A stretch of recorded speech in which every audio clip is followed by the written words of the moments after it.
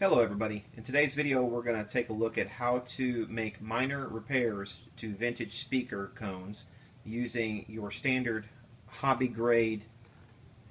Very often when dealing with old speakers such as the one we see here, you run across little incidents where they have been pushed from behind and you get small cracks such as this. Other times you will get major cracks. This method will fix both major and minor repairs. However, it's probably most effective with minor repairs. Minor repairs such as the one that will be required to fix this small break in the cone. Now I'm sure there are some of my viewers who are already crying foul at the idea of using hot glue on a speaker cone. But bear with me. I do realize that there are other products on the market and other methods that other people use to varying degrees of success. But this is the one that I've used a lot and I've always had good success with, so I thought I would share with you.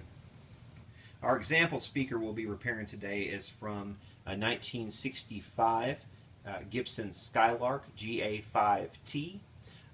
This is a 10-inch speaker that unfortunately does have a small crack in the cone that needs some attention.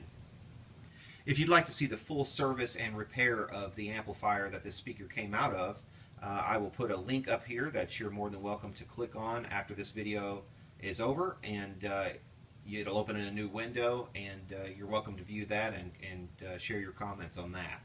But for now, let's get started and see if we can't fix this minor little crack in the speaker.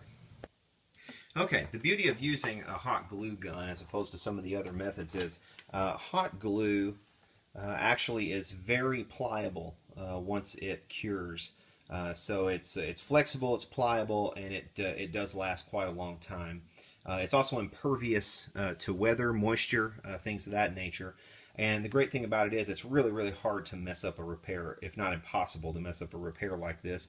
Because if you do mess it up, all you have to do is go back over and remelt the glue.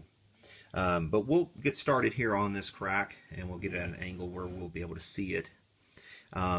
What I usually like to do is come in with, after my glue gun is heated, and be careful also with the other parts of your glue gun. If you have a stand like this, make sure it's in the retracted position. We don't want to put any more holes in your speaker cone than are already there. So we want to just squeeze a little of the glue out. Okay, now that we have a little dab of glue on here, you can kind of see, and you could actually probably leave this, and that could constitute your repair if you wanted. But we're going to clean this up just a little bit. And the way we're going to do that, we're going to use the tip of our glue gun.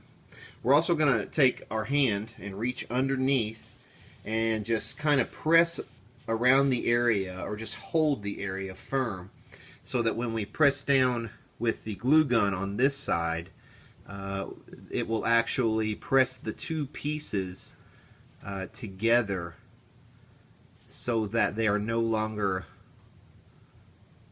one is not over the top of the other, and they're kind of on the same plane. And we're going to use the tip, and we're not squeezing the trigger, mind you, we're just using the tip here to spread the existing glue that we already spread. We're just spreading that around a little thinner. What that's going to do is going to create a really thin layer of the glue in this area of the speaker. And we're not going to do it over such a large area that it's going to affect the tone of this speaker, because as you can kind of see, that constitutes a very small area of the speaker. Now if you got to the point where you had 3 or 4 or 5 big cracks in the speaker, it's going to be way better to just recone it. But on a speaker like this, where it's the original speaker to a vintage amp, I have the rest of the amp, and it's in pretty good shape, and I want to preserve the original cone. And the original cone is going to sound better. It's going to be more broken in than a recone. So I would much prefer to keep the original cone intact if possible. And now looking at the rear of the speaker also, you'd be hard pressed to actually find the damaged area, which is right in this area down here, if you can see it. Let's get some more light on the situation. And let's see if we can pick out where the damage is. There it is, right there, finally. Now, if we really wanted to, we could also come around to the back side and put a small layer back here as well, which I think I will do.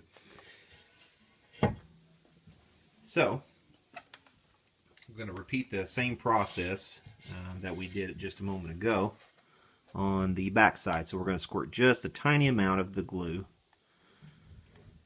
You don't want to overdo it, just a little bit goes a long way. Alright, there we go, just a little bit of the glue.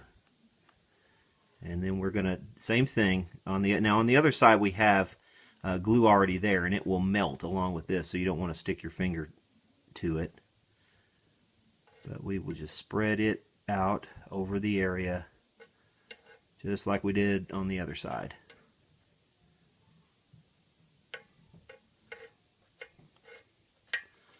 And that's gonna, when that cures, that's gonna create a little seam there, and it's gonna hold the two pieces together so it will not crack further. And that is how you make minor repairs to vintage speakers using regular hobby hot glue. Hope you've enjoyed this video. Please subscribe below for more videos like this in the future, and you all take care.